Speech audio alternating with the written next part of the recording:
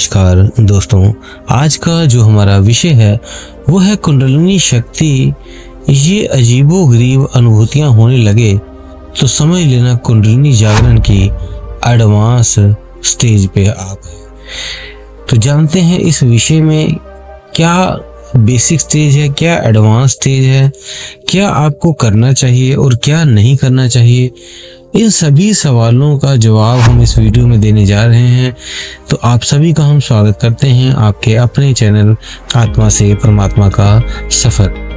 कुंडलिनी जागरण की जो प्रक्रिया है में कई अजीबोगरीब अनुभव होने सामान्य बात है, और जब ये जागरण एडवांस स्टेज में पहुंचता है तो कई गहरे और असामान्य अनुभव भी होते हैं। कुंडलिनी ऊर्जा बहुत शक्तिशाली और सूक्ष्म होती है और इसके जागरण के दौरान व्यक्ति को मानसिक, शारीरिक और आध्यात्मिक स्तर में बदलाव महसूस होते हैं उसको।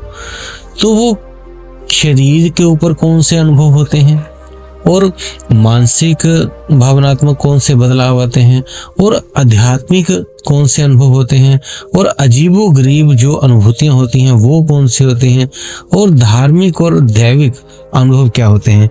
तो ये पांचों विषय के बारे में आज हम जानते हैं कि वो एडवांस स्टेज में क्या क्या आपके साथ होता है। तो ये 5 चीजें जो आपके साथ होती हैं, पहले होता है शारीरिक अनुभूतियां क्या होती हैं। पहले नंबर पे वो समय आपका ऊर्जा का प्रभाव तेज होता है। रीढ़ की हड्डी जो सुषुम्ना नाड़ी के आसपास तीव्र गर्मी और का महसूस करना या बहुत ठंडक का महसूस करना आपको ऐसा हो सकता है, और ऊर्जा ऊपर की ओर बढ़ते भी आपको महसूस हो सकता है। और उसके बाद कंपन या झटके भी आपको महसूस होते हैं। शरीर में अचानक झटके, हलचल या कंपन महसूस हो सकता है। ये ऊर्जा के अनियंत्रण प्रभाव का परिणाम भी होता है, तो इसे बैलेंस भी करना होता है। अब जो अजीब शरीर में लक्षण जो होते हैं वो कभी कभी त्वचा पर झुंझुनीपन आ जाती है, खुजली हो जाती है, गर्मी महसूस होती है। तो इस तरह का वो साधक महसूस करता है। उसके शरीर को की ऊर्जा को संतुलन करना भी फिर जरूरी होता है। अब उसे शारीरिक तौर पे ही आवाजें भी सुनाई देती हैं। उसे आवाजें कौन सी सुनाई देने लगती हैं? कानों में बजने वाली जैसे कुछ आवाजें सुनेंगी, उसे हम अनहद नाद या आंतरिक ध्वनि भी कहते हैं। तो ये भी उसे सुनने लग जाती है। तो ये सभी जो है ये आपको जब शारीरिक अनुभूतियां होती हैं तो ये चीजें आपके साथ होती हैं। अब दूसरे नंबर पे होता है मानसिक और भावनात्मक बदलाव आपके भीतर क्या होते हैं। फिर आगे इसी में जानेंगे उसके शुरुआत और एडवांस में क्या क्या फर्क आता है उसके बीच में।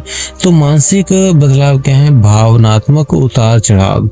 अचानक स्थिति उसकी कभी खुशी में बदलेगी, कभी दुखी में बदलेगी, कभी गुस्से में बदलेगी, जैसे भावनाओं में तीव्रता से उसके अनुभव होंगे। तो कुंडलिनी जागरण के दौरान अधूरे भावनात्मक अनुभव सामने आ सकते हैं जिन्हें हम शुद्धिकरण की आवश्यकता है। उसमें क्या है और भी क्या होता है? मानसिक बदलाव और भावनाओं में आपके सपनों में बदलाव होता है। उसमें क्या है? गहरे और स्पष्ट सपने आने लगते हैं जिसमें प्रतीत होता है कि ये रूप किसका है। उस व्यक्ति का चेहरा भी दिखाई देने लगता है, या कोई परिवर्तन कुछ होते हैं तो उसके संकेत मिलते हैं।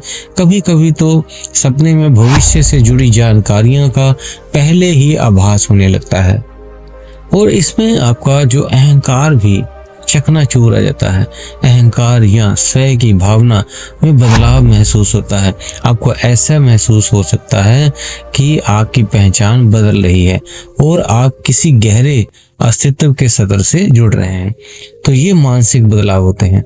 अब तीसरा जानते हैं आध्यात्मिक अनुभव क्या होते हैं इसमें।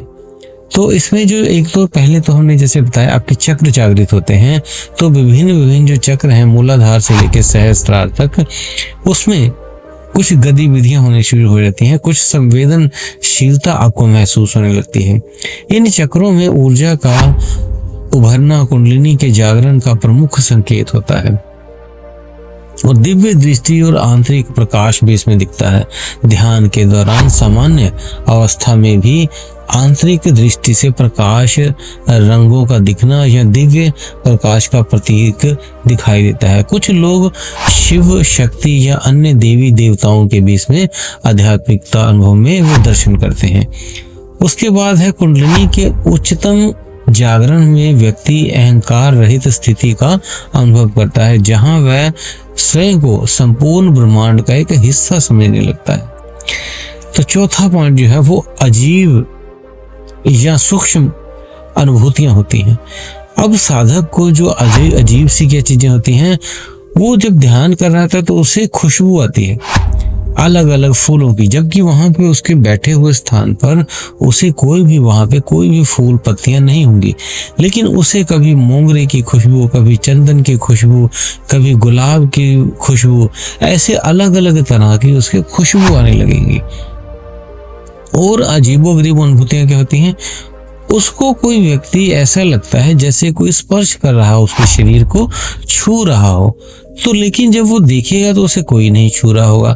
ऐसे उसे अपने शरीर के ऊपर एक हलचल सी महसूस होती है, ऐसे लगता है जैसे कोई दिव्य शक्ति उसको छू रही हो। और इसकी जो और धीमी और अति जो संवेदनशीलता आती है, वो आप ध्वनि, प्रकाश या लोगों की ऊर्जा को पहले से अधिक तीव्रता से महसूस कर पाते हैं कि वो व्यक्ति कैसा है कैसा नहीं है। आप उसको भी महसूस करना शुरू कर देंगे, क्योंकि आप में संवेदनशीलता बढ़ जाएगी।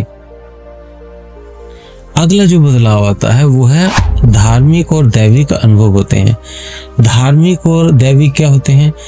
आध्यात्मिक ज्ञान की जब प्राप्ति होती है तो आप आंतरिक ज्ञान और अंतर्दृष्टि से मिलने आपको अपने आप मिलने लगता है, जो पहले कभी नहीं था।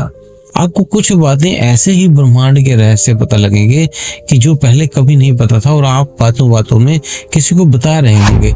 तो ऐसा भी होता है। और जो आध्यात्मिक मार्गदर्शन ध्यान या साधना के दौरान किसी व्यक्ति शक्ति या गुरु का मार्गदर्शन महसूस हो सकता है, जो आपके इस जागरण के दिशा में आपकी सहायता कर रहा हो, तो अपने आप को एक ऐसा व्यक्ति, कोई ऐसा साधन जुड़ जाता है जो आपकी आध्यात्मिकता में अपने आप मार्गदर्शन करता रहता है। तो ऐसी जब अजीबोगरीब चीजें आपके साथ होनी शुरू हो जाती हैं तो आप क्या करेंगे? तो वहां पे आपको धैर्य बनाए रखना है। ये समझें कि आपकी कुंडलिनी एक स्वाभाविक और सूक्ष्म प्रक्रिया है जागरण की, जिसे नियंत्रण करने की आपको आवश्यकता नहीं है। अपने अनुभवों को सहायता से स्वीकार करें, बस वो अपने आप बैलेंस होती रहेगी।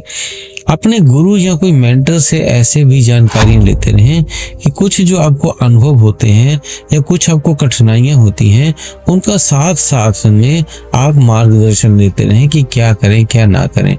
और स्वस्थ शैली जो है आपकी, आपने क्या करना है, जो आप शारीरिक मानसिक स्वास्थ्य को ठीक रखने के लिए योग प्राणायाम वगैरह करते हैं, ध्यान करते हैं, तो वो आप करते रहें ताकि ऊर्जा आपकी बैलेंस रहे।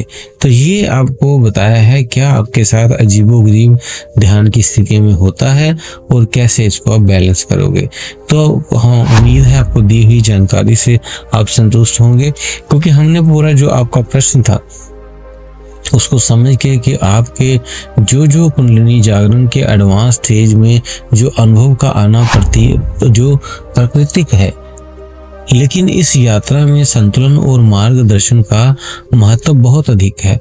हर व्यक्ति की कुंडलिनी यात्रा अद्वितीय होती है और धैर्य के साथ इसे समझना और अनुभव करना आध्यात्मिक विकास का एक महत्वपूर्ण हिस्सा है। तो इसलिए आपने जब भी ध्यान करना है, ये शुरू करना है, कुंडलिनी जागरण का प्रोसेस आपके साथ हो रहा है, तो ये आपके साथ भी ये चीजें होंगी। तो इसलिए आपने बिल्कुल घबराना नहीं है। हमने कुंडलिनी जागरण और कई चक्रों के ऊपर वीडियो अपने चैनल में डाली हुई है, आप उन्हें बस देख लें उनमें से आपको बहुत से आपके प्रश्नों का उत्तर मिलेगा, आपको हमें पूछने की जरूरत भी नहीं पड़ेगी। लेकिन फिर भी आपको लगता है आपके किसी प्रश्न का उत्तर आपको नहीं मिल रहा, तब आप हमें कमेंट बॉक्स में लिख सकते हैं, तो हम उसका उत्तर आपको शीघ्र से शीघ्र देने की कोशिश करेंगे। जिनके हम नहीं जवाब देते तो उनको समझिए भी हमने उसके वीडियो उसके ऊपर बना के डाली हुई है, तो आप वो वीडियो जाकर देख लें ताकि आपके उस क्वेश्चन का समाधान आपको मिल सके। तो दोस्तों, अगर आप हमारे चैनल पे नए हैं तो चैनल को सब्सक्राइब करके बेल बटन को दबा दें। इसी के साथ आप सभी से हम विदा लेते हैं। धन्यवाद।